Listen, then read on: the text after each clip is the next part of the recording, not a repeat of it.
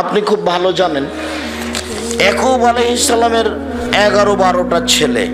তো ইসব বাদ দিয়ে বাকি ছেলেগুলো একদিন বলছে, আব্বা ইসবকে আমাদের সাথে দেন না কেন, ও আমাদের সাথে খেলতে যাবে, মাঠে যাবে, খেলাবে। তখন না না না না ইসবকে বাঘে ধরতে পারে। আরে বলেন কি, আমরা এক দল আছি, তাকে বাঘে ধরবে মানে? আমাদের জামা কাপড় নিয়ে থাকবো, আমরা তাকে দেখাশোনা করবো। তো একদিন নিয়ে গেছে, নিয়ে যে ওদের যেটা পরিকল্পনা ছিল এদারে ফেলে দিয়েছে। বিকেলে নিঃসন্ধ্যার সময় বলছেন, আব্বা দেখেন দেখেন দেখেন ওকে বাঘে খেয়েছে। আপনি তো বিশ্বাস করবেন না, এ দেখেন ওর জামাতে রক্ত লেগে আছে। জামাটা ওরা রক্ত মাখিয়ে নিয়ে এসছে, কিন্তু জামাটা কোথাও ছিঁড়া চোটা ছিল না। তখন উনি বুঝতে পেরেছেন যে মিথ্যেটা বানাওয়ার। তখন তিনি বললেন যে হ্যাঁ তোমরা এটা বানিয়ে নিয়েছো, আমি এখন ধৈর্য ধারণ করি। এবার তিনি ছেলের জন্য দোয়া শুরু করলেন। ছেলে যে একজন নবী, তিনি সেটা আঁচ করছিলেন পরিবেশ পরিস্থিতি দেখে। তাকে ইদারা থেকে তুলে নেওয়া হলো, বিক্রি করা হলো, বাদশা নিয়ে গেলেন। স্ত্রী, স্বামী স্ত্রী তার লালন পালন করলেন অনেক দিন। তারপর জুলাইখার সাথে এই ঘটনা ঘটলো। জুলাইখা, ইউসুফ আলাইহিস সালাম বের হয়েছেন আগে আগে, আর জুলাইখা বের হয়েছে পিছে পিছে। সেখানেই ছিল জুলাইখার স্বামী। জুলাইখা বলল, এ দেখেন আপনার বাড়ির কাজের লোক আপনার স্ত্রীর সাথে কি আচরণ করতে চাই, তার কি শাস্তি হতে পারে? আরে আপনি কি শাস্তি উল্লেখ করবেন?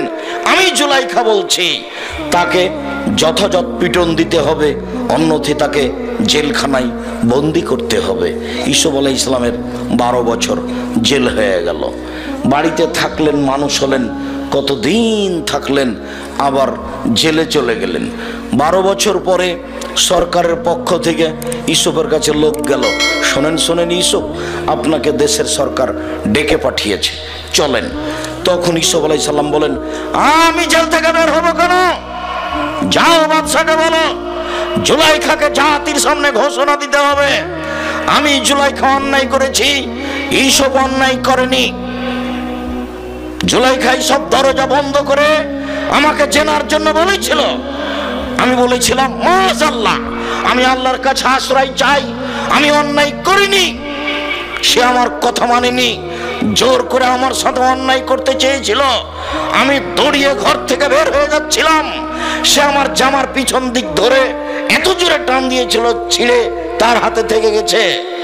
আমি যখন বের হলাম আগে আগে, ও বের হলো পিছে পিছে।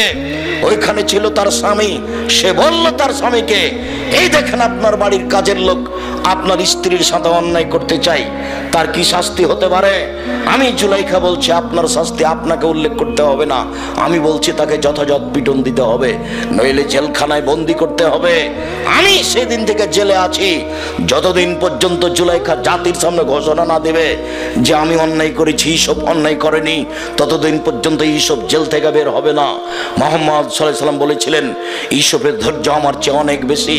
ওই সময়ে যদি আমাকে বলতো যে মুহাম্মদ সরকার আপনাকে ডেকে পাঠিয়েছে চলেন, তাহলে আমি মুহাম্মদ বলতাম চলেন চলেন চলেন, দেশের সরকার ডেকে পাঠিয়েছে চলেন। কিন্তু ইউসুফ তা বলেনি। এবার জুলাইখা জাতির সামনে ঘোষণা দিল, সত্য সত্য ইউসুফ সত্যবাদী মানুষ, আমি তাকে ভুল পথে দাওয়াত দিয়েছিলাম, আমি অন্যায় করেছি, ইউসুফ অন্যায় করেনি। তখন ইউসুফ আলাইহিস সালাম জেল থেকে বের হয়ে আসলেন। কিছুদিন পার হয়ে গেল, তারপরে বাপ আসলেন ছেলের কাছে, 2 চোখে দেখতে পান না, অন্ধ হয়ে গেছে, কেঁদে কেঁদে। অনেক ঘটনা এর মধ্যে লুকিয়ে আছে। তিনি ছেলের জন্য ধৈর্য ধারণ করেছিলেন আর দোয়া করতেছিলেন। এক পর্যায়ে আয়েশা রাদিয়াল্লাহু তাআলা আনহা ইউসুফ আলাইহিস সালামের বাপের ধৈর্যের কথা বলেন। আয়েশা রাদিয়াল্লাহু তাআলা আনহা তার খালা সহ বাড়ির বাইরে পেশাব পায়খানা করতে গেছিলেন। পেশাব পায়খানা করে ফেরার সময়তে তার খালা কাপড় পায়ে বেঁধে পড়ে গেছেন। পড়ে গিয়ে বলছেন মেস্তা ধ্বংস হোক। মেস্তা হচ্ছেন বদরি সাহাবী, ইনি যোদ্ধা, বদরের যুদ্ধে উপস্থিত ছিলেন। মেস্তা ধ্বংস হোক কথাটা শুনেই আয়েশা রাদিয়াল্লাহু তাআলা আনহা ক্ষেপে উঠেছেন। বলেন কি খালা আপনি? মেস্তা হচ্ছে বদরি সাহাবী। বদরীদের ব্যাপারে আল্লাহ তাআলা বলেছেন এ মালুমা সে তুমকাদ গাফারতু লাকুম, তোমরা দুনিয়াতে যা ইচ্ছা তাই করো, আমি তোমাদের পাপ ক্ষমা করে দিয়েছি। মেস্তা কত সম্মানী উচ্চ মর্যাদার সাহাবী, আর আপনি বলছেন মেস্তা ধ্বংস। তখন খালা বলছে, এই মেঘ ধর হান্দা, তুই জানিস কি ঘটনা ঘটেছে? কি ঘটেছে খালা? তো তুই নাকি সাফওয়ানুল মুআত্তালের সাথে অন্যায় অশ্লীল কাজ জেনা করেছিস, সে কথাও বলা বলি করছে। ইন্না লিল্লাহ। খালা, এই কথা কি আল্লাহ নবী জানেন? হ্যাঁ জানেন। খালা, এই কথা কি আব্বা জানেন? হ্যাঁ জানেন। খালা, এই কথা কি আম্মা জানেন? হ্যাঁ জানেন, সবাই জানে। এবার মুহাম্মদ সাল্লাল্লাহু আলাইহি সাল্লাম আসলেন।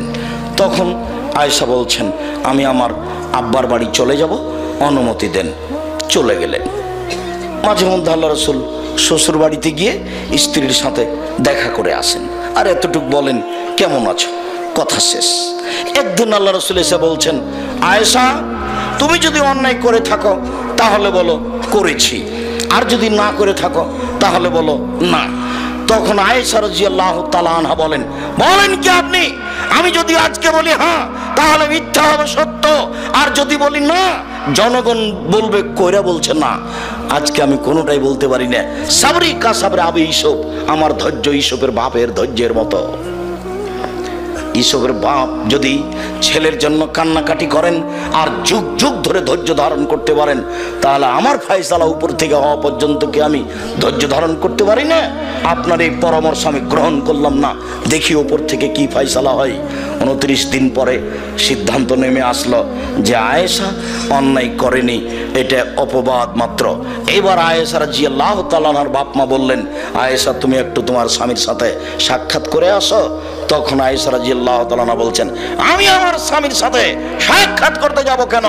আমি প্রশংসা করি উপরওয়ালার, যে উপরওয়ালা আজকে আমাকে মুক্ত ঘোষণা করলেন জাতির সামনে, তার জন্যই বলি আলহামদুলিল্লাহ। বুখারী মুসলিমের হাদিস, বিরাট লম্বা ঘটনা, ওখান থেকে যেটুকু আমি বের করে নিয়ে এসে আপনার সামনে পেশ করলাম, সেটা হচ্ছে ইয়াকুব আলাইহিস সালাম ছেলের জন্য দোয়া করতেই থাকলেন। অনুমান 25-30 বছর হবে। তারপরে ছেলে ফিরিয়ে পেলেন, আর আপনি 3-4 দিন দোয়া করার পরে বলছেন যে খুব করেছি, কবুল হয় না। এই নোংরা নীতি আপনাকে ছেড়ে দিতে হবে। এই হিসাব ভিতরে থাকলে দোয়া কবুল হবে না।